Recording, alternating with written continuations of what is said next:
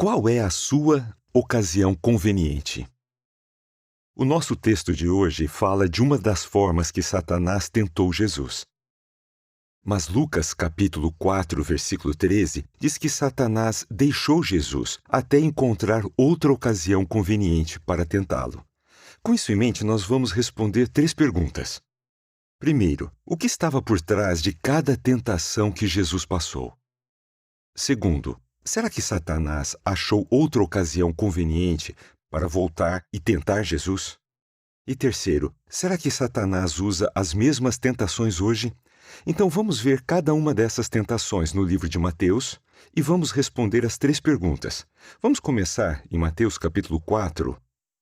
Os versículos 2 e 3 dizem: Depois de ter jejuado por 40 dias e 40 noites, ele sentiu fome, e o tentador se aproximou e lhe disse: Se você é filho de Deus, diga a estas pedras que se transformem em pães.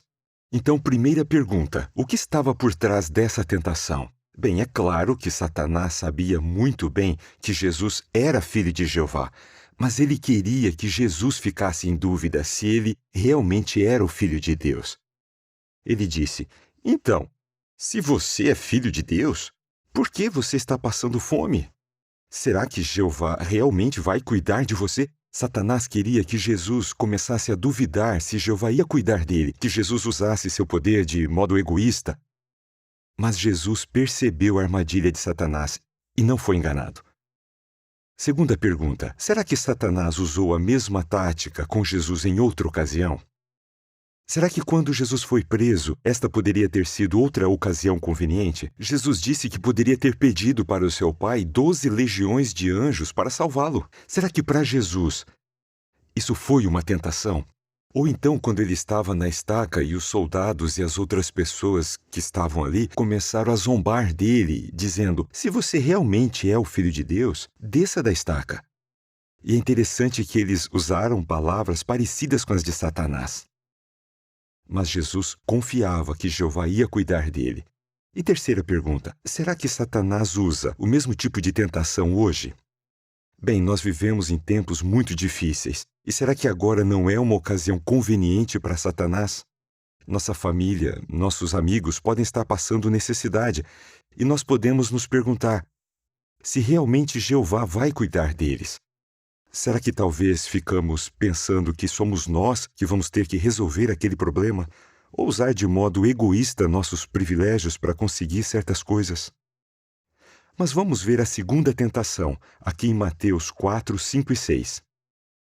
Que diz: O diabo levou então a cidade santa, colocou-o sobre o parapeito do templo e lhe disse: Se você é filho de Deus, jogue-se para baixo, pois está escrito: Ele dará aos seus anjos uma ordem referente a você, e eles o carregarão nas mãos, para que não bata com o pé numa pedra.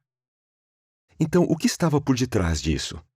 Satanás queria de novo que Jesus duvidasse de quem ele era.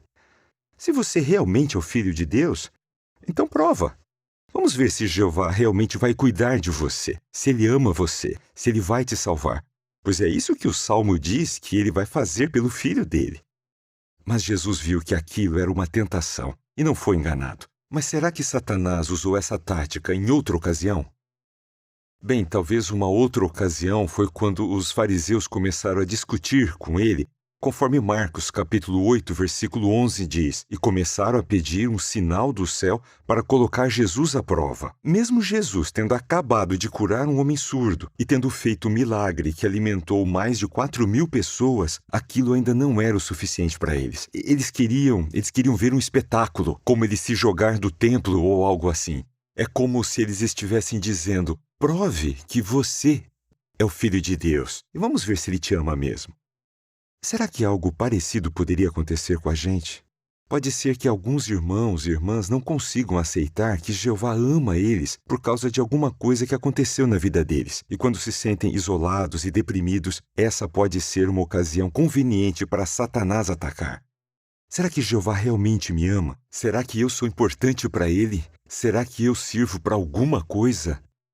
Sentimentos assim já fizeram alguns pararem de servir a Jeová, ou fazerem coisas erradas só para sentir que alguém valoriza eles. Vamos ver a terceira tentação em Mateus 4, 8 e 9.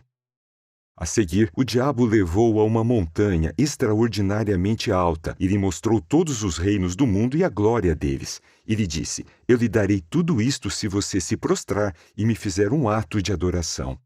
O que Satanás estava dizendo aqui? Olha só, você não precisa esperar. Você sabe que vai ter que sofrer. Isso aqui é melhor do que Jeová prometeu. Mas Jesus percebeu o que Satanás estava fazendo e resistiu à tentação. Mas será que Satanás encontrou outra ocasião conveniente? Pode ser que o relato em João 6,15 seja um exemplo de uma outra ocasião conveniente. Lá diz que as pessoas queriam que Jesus já começasse a governar como rei. Isso poderia ser uma tentação para Jesus, começar a reinar sem precisar sofrer. Então, sabendo que as pessoas estavam indo atrás dele, Jesus foi embora. Será que nós enfrentamos tentações parecidas hoje? É verdade que nós fazemos sacrifícios para servir a Jeová, mas nós podemos começar a reparar em como os outros estão levando a vida e no que eles têm e pensar: será que vale a pena fazer esses sacrifícios? Será que eu não poderia dar um jeito de conseguir mais dinheiro? Então, 3 coisas tentadoras. Será que você pode confiar que Jeová vai cuidar de você? Será que Jeová realmente te ama e te valoriza?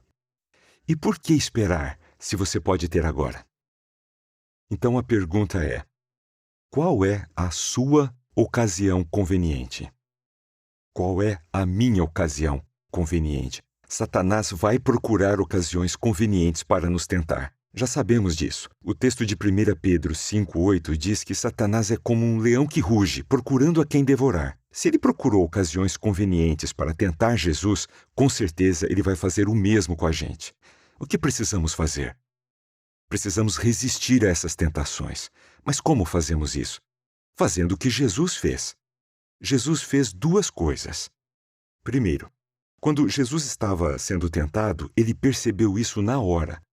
E segundo, quando ele estava sendo tentado, ele se concentrou em Jeová. E você viu o que Jesus usou em cada resposta que deu a Satanás? Ele usou o nome de Jeová.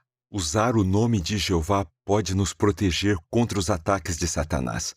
É por isso que, quando Jesus ensinou seus discípulos a orar, ele disse que uma das coisas mais importantes era pedir ajuda para resistir às tentações. É por isso que Jesus disse que tornou o nome de Jeová conhecido aos seus seguidores.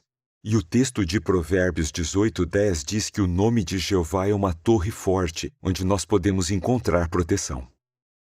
Então, falar com Jeová, usar o nome dele e meditar no nome dele e em tudo o que ele significa pode nos ajudar quando enfrentamos tentações, quando Satanás tenta encontrar ocasiões convenientes para nos atacar.